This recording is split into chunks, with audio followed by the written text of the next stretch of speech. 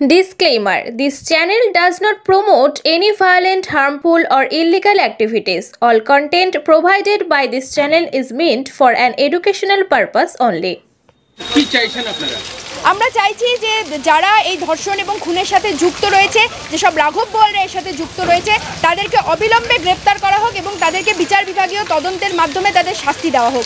একজন কাউকে ধরে নিয়ে তার আইওয়াশ করা মানুষের যে আইওয়াশ করার যে প্রবণতা এই রাজ্যের সরকারের মুখ্যমন্ত্রীর পক্ষ থেকে, তার ভাইপোর পক্ষ থেকে, সেটাকে বন্ধ করে আমরা সঠিক তদন্ত চাইছি। বারবার এই রাজ্য ধর্ষণের রাজ্যে পরিণত হতে পারে না। আমরা একটার পর একটা ধর্ষণের ঘটনা এই রাজ্যে দেখছি। আজকে কোথায় গেছে ছাত্রছাত্রীদের নিরাপত্তা? আজকে কোথায় গেছে নারী নিরাপত্তা? কোথায় গেছে এই রাজ্যের প্রশাসন যে তলানিতে গিয়ে ঠেকেছে? তার বিরুদ্ধে দাঁড়িয়ে আমাদের লড়াই। আমরা চাই যে এই প্রশাসন যদি এইভাবে রাজ্য চালায় তাহলে অবিলম্বে এই প্রশাসনের সমস্ত কর্তারা যেন পদত্যাগ করে। মুখ্যমন্ত্রী এবং ভাইপোকে বলছে শাস্তি হোক।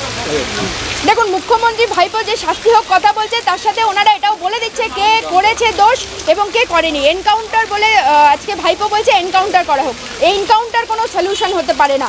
যারা দোষ করেছে তাদেরকে ধরে তাদের বয়ান নিয়ে তাদের সঠিক শাস্তির ব্যবস্থা করতে হবে।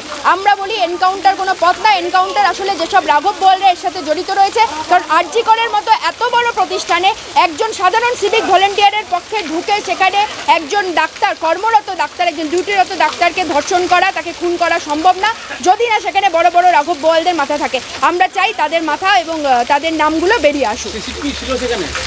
সিসিটিভি সেখানে ছিল না এবং সবথেকে বড় কথা যে আজকে এই যে হসপিটালগুলো রয়েছে সেখানে সিসিটিভির ব্যবস্থা থাকে না। সেমিনার হলে সিসিটিভি নেই।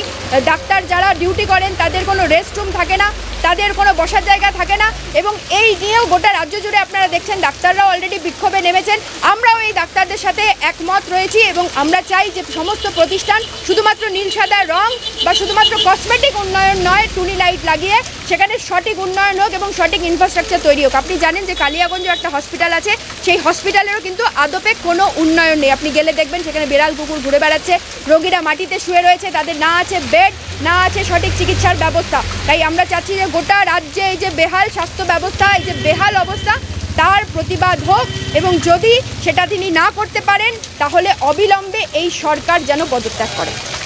পশ্চিমবঙ্গে একটা ভয়াবহ ঘটনা ঘটে গেছে। আরজি কর মেডিকেল কলেজের মতো ঘটনায় মেডিকেল কলেজের মতো প্রতিষ্ঠানে একজন কর্মরত ডাক্তার, একজন ছাত্রী, তাকে রাতের অন্ধকারে নাইট ডিউটি চলাকালীন অবস্থায় তাকে সেমিনার রুমে ধর্ষণ করা হয়, তাকে খুন করা হয় শ্বাসরোধ করে এবং তারপর তার দেহটাকে ঝুলিয়ে দেওয়া হয় এবং পরবর্তীকালে পুলিশ প্রশাসনের পক্ষ থেকে জানানো হয় তার বাড়ির লোককে যে তাকে সে সুইসাইড করেছে এবং আমরা দেখি যে তার শরীরে অনেক ক্ষতবিক্ষত দাগ রয়েছে, কিন্তু তারপরেও তার তদন্ত সঠিকভাবে না করে পুলিশ একটা বিশৃঙ্খলা স্টেটমেন্ট দিয়েছিল।